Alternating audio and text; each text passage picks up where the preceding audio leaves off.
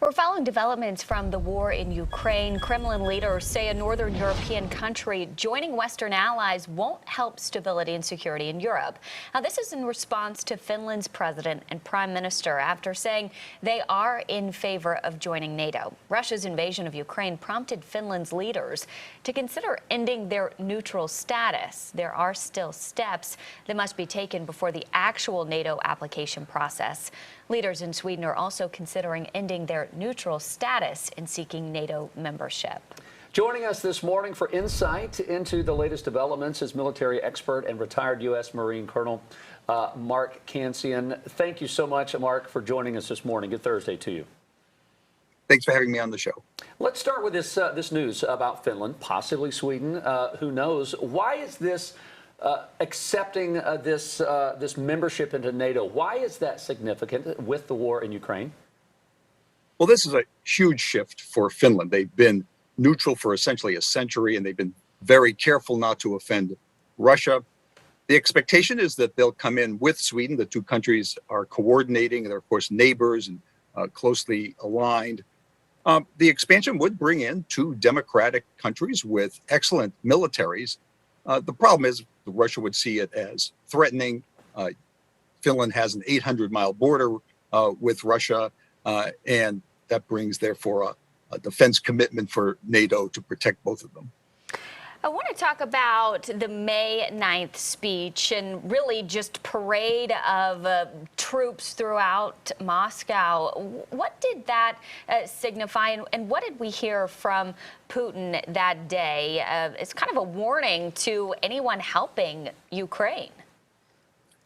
Well, it was, but the good news was that he did not opt to escalate the war. There's been a lot of speculation that Putin would declare mobilization or a state of war, or maybe independence for some of the areas that he's conquered, making them separatist territories. He didn't do any of that.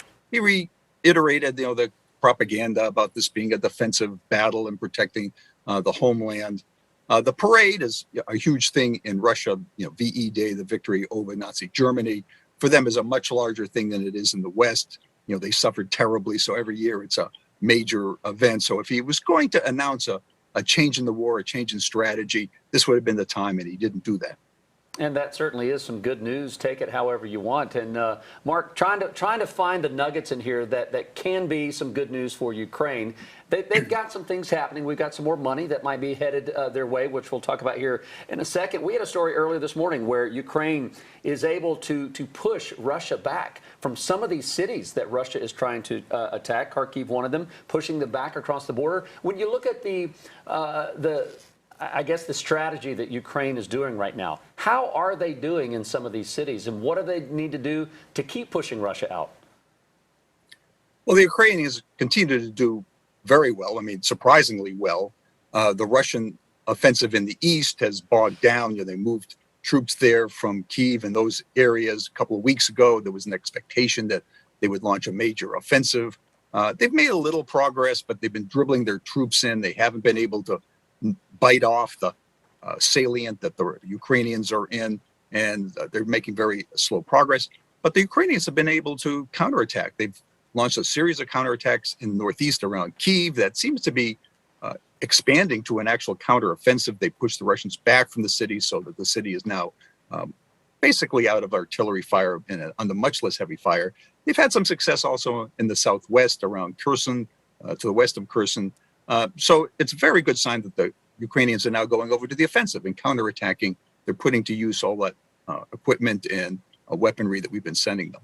Well, not only equipment, but also intelligence. In the last couple of days, it's come out that the U.S. military is helping in some of those intelligence reports that I have to imagine are helping Ukrainian soldiers.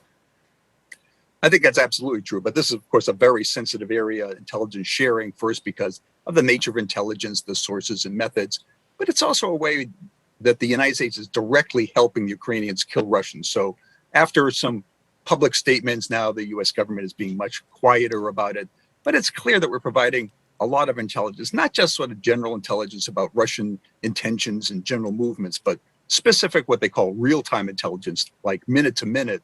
There are Russian forces here on this spot, Now, we don't tell the Ukrainians, well, and you ought to attack them, but we're saying, all right, there's an artillery battery at this spot here, and you might want to do something about that. The attempted attack on Gerasimov about a week ago had the fingerprints of the U.S. intelligence community all over it. To get that kind of high-level, specific, time-sensitive intelligence, you need a wide variety of sources. Ukrainians might have done it, but it certainly looks like the U.S. intelligence agencies were helping a lot. Well, and that help is certainly not what Vladimir Putin wants to see or even hear about, much less if it is a blow to his troops. Well, it is, and of course they're complaining about the aid that's coming from the West. But I think both sides have put down their red lines and are respecting those. Russia put down a red line on troops in at Ukraine. In other words, that the U.S. and NATO should not send troops. That would be a major escalation, and we have not done that. On the other hand, NATO has put down a red line saying any strikes on NATO territory would start Article 5 and require a response. So the Russians have not done that either. And within those parameters, we've been able to send equipment to the Ukrainians, and the Russians have been striking many Ukrainian targets. We don't like that. We complain. But at the end of the day, we're respecting the two red lines. Mark, I was reading this morning, talking about some of the problems that the Russians have been facing really since the get-go of this war. Some of the U.S.-led sanctions are now forcing Russia to use computer chips from home appliances, washers, dryers, dishwashers. They're having to take those chips out, put them in their military equipment because of the sanctions that we have imposed. Well, how much longer? I mean, I know you don't have a crystal ball here, but how much longer can Russia go until they assume whatever victory is in their eyes? Well, of course, this is a great question that's being debated in the national security community. When you look at the Russian forces, they look spent. The Russian ground forces are exhausted. They've taken a lot of casualties. They're not making a lot of progress. They've probably used about 70% of their long-range precision strike missiles. Replacing them is very difficult, as you've noted. They need chips, and those chips come from abroad. They're, a typical missile needs dozens, if not hundreds, of such chips. They do have a lot of ground equipment. They have a lot of tanks. They haven't used their Air Force very much. So equipment-wise, they could probably keep going. I think the morale and the personnel side is going to be much more difficult. And then when the war comes to an end, it's going to take them many years to rebuild their military capabilities because of the sanctions and the difficulties they're going to have with supply chains. Retired Marine Colonel Mark Cancian, we always appreciate your time and your insight, just bringing us up to speed on the very latest developments from overseas. Thanks for being here with us again this morning. Thanks for having me on the show.